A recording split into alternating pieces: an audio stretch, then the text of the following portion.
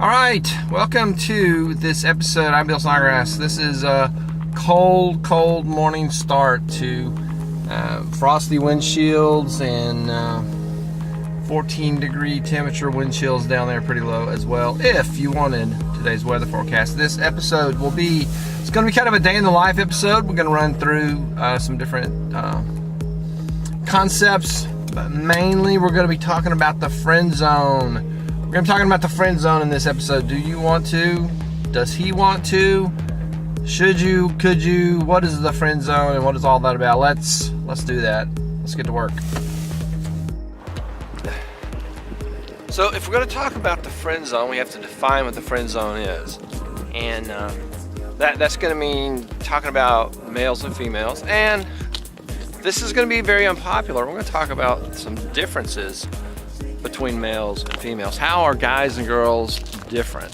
Very unpopular concept.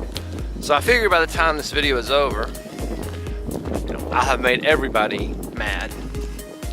But, that's what you gotta do if you're gonna put the truth out there. Getting out of the car.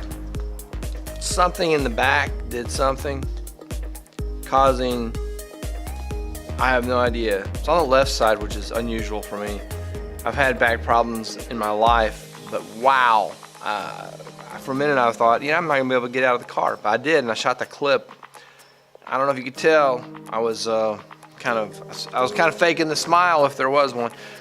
Boys and girls, men and women are different. There's a surprise for you. Very unpopular opinion. Very unpopular opinion.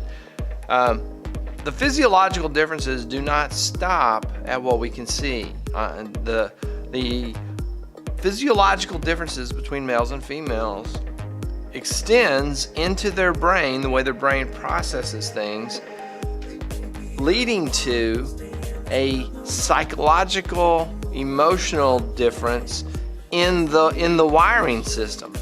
Now, people go, no, I don't want that. I want everything to be exactly the same. The problem is when we have differences, the people who are in control will use those differences to keep other people down, and so we would like for there to be no differences so that we can say that everyone is the same. I'm not saying that people should be treated differently based on the differences. Please, that is definitely not what I'm saying. I'm saying that we should understand the differences and we should use those differences to maximize what's going on in society. We're getting back to the friend zone, but I'm going to finish this thought. So just to, I don't want to be sticking this out here on my own. I'll take Psychology Today down with me. This is an article that and I will link it down in the description if you want to go read this article. And this article is summarizing a lot of academic research. So it's a nice way to access the academic research without digging into every article.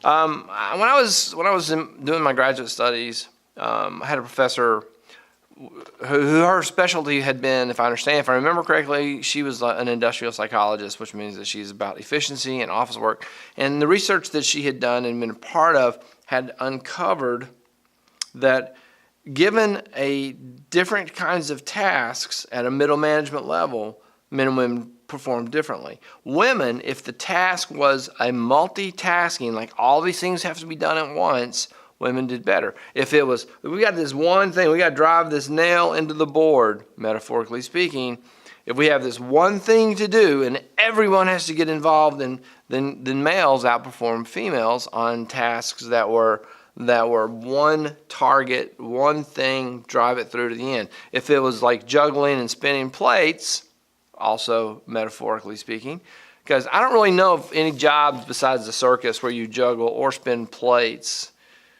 That would be weird, if you walked into the bank and they had the plate spinner over there by the vault. Men and women are different. Trust me on that. Or read the articles.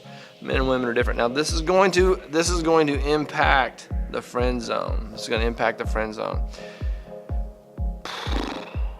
Day in the life, talking about the friend zone.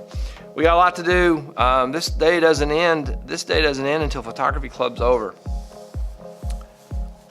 So what I'm gonna do now, I'm gonna eat this granola bar. I'm gonna drink this coffee from my World of SILIAR mug. Go over to World of SILIAR, links down in the description. Check that out if you're a fantasy and if you read fantasy, if you like those kinds of things, check that out. So taking it out of this clip, taking out this segment, the boys and girls are physiologically different, and that physiological difference changes the way they think. Also, major point, being different does not make better or worse. It means that, these are good and these are good. They're just good in different ways. It's like chocolate ice cream and strawberry ice cream. Both good, but not the same. I've made it to lunch, and so this is lunchtime. I'm drinking tea out of my World of SILIAR drinking glass with the frosted, I don't know. That's it, I'm drinking tea. The friend zone. So guys and girls are different. I established that in the last clip. What does that have to do with the friend zone? Well, before we get into the friend zone, before we can talk about how guys and girls are different in the friend zone, a couple more quick points. One, relationships. There are different types of relationships. And for the purposes of this discussion, we're going to say that on one end of the types of relationship is the romantic physical relationship that would be, the dating relationship, romantic, physical, a lot of emotional connection and affection expressed physically and those kinds of things. So on that end. On the other far end, there's like the relationships that you just have to be in. You don't really care if you're in them or not, but you have to be in them. Like you share the aisle for your cubicle and the guy's across the aisle from you. You have to be in that relationship. There's no choice. And the way you handle that relationship is different. And how that means and what that means to you is different than if you're in a dating relationship exclusively with one person. So you have this one end is like you're forced to be in it. And then you move up towards, you choose to be in a relationship because there is an instrumental value. You're in a relationship because there's you carpool. It's an instrumental relationship. The emotional connection is a little bit higher because there's some kind of a payoff. And then you move on up to people that you care about at an emotional level, but it just kind of ends kind of at a friend level. And this is kind of the outside looking into the friend zone. Skipping over the friend zone, we're in the romantic physical relationship. So the friend zone is in there between. So we have these different types of relationships. And so that's what we're going to be looking at in the friend zone. So we have these different types of relationships. Now, that wiring thing that makes men and women different, that wiring thing, a female's capacity to tap into the emotional aspects of a relationship and to express those and to identify those and have words for those is much greater. And so to say that women are more emotional is not necessarily the case, but to say that women are more able to identify and differentiate levels of emotion is probably more true. Women's brain, the parts of their brain that is most active in problem solving is the part of the brain that they call the white matter that handles relationships, that handles. Now, I've always said many times that when a man and woman go shopping for a table for the dining room, there's different criteria. The women's criteria includes primarily how will this relate to the people in our family, the other decorations in the house, the decor overall. How will this table fit in a relationship way? Guys look at the table, and while they can appreciate how it matches and doesn't match, they're looking at it more as a functional, instrumental aspect. How does this table function within our family? Is it big enough? Is it sturdy enough? Well, when we have Thanksgiving dinner, is it big enough for everybody? Or will we have to accommodate, the functionality of it because it's not sufficient in that level? So even as something as simple as a dining room table, the men approach it with a much more operational or instrumental perspective, and women look at it more, how does it fit relationally with everything else?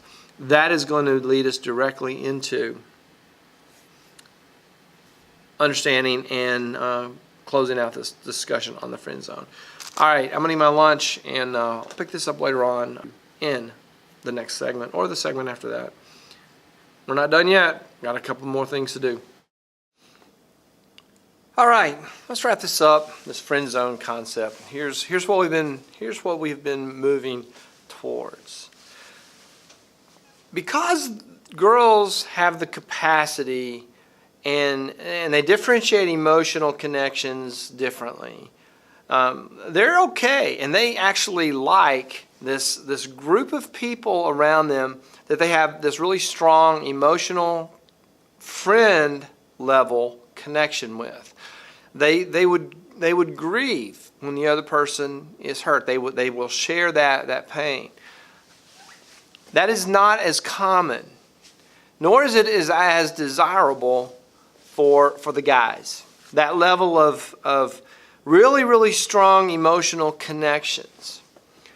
So they have that, and I'm not saying they don't have the capacity to feel that. It is just not as desirable, and it's not as big a priority for guys as it is for girls, which leads to the problem with the friend zone. A girl does not have romantic feelings for a guy, but she likes him. She doesn't feel romantic. She doesn't want to have a romantic physical relationship, but she wants to be friends. A young lady I talked to this morning said, well, so-and-so, he's my friend. We've been locker mates for like a zillion years, which I'm exaggerating. That is for her a very natural place for her to have this strong, intimate relationship with him. Now, I don't know what his take on it is, but he can either look at that relationship in one of two ways. It is instrumental because they share a locker or something, and so he continues to engage in that relationship because it has that locker sharing capacity. Or he wants it to move out of the friend zone into the romantic relationship. And this is what happens. When a girl puts a guy in the friend zone, one of two things is going to happen. He's going to stay in the friend zone because he wishes and believes that things could change and he could eventually move into a romantic physical relationship, or he will go the other way. He will become disinterested in the friend zone and drift away until his emotional connection becomes purely instrumental or purely something out of, we're obligated to be here in the staff room together because we share the same break time. It becomes purely coincidental or instrumental, and the level of emotional connection begins to disintegrate. Guys do not want to stay in the friend zone. They don't want to have a deep emotional connection with someone who they wanted to have a romantic physical relationship with.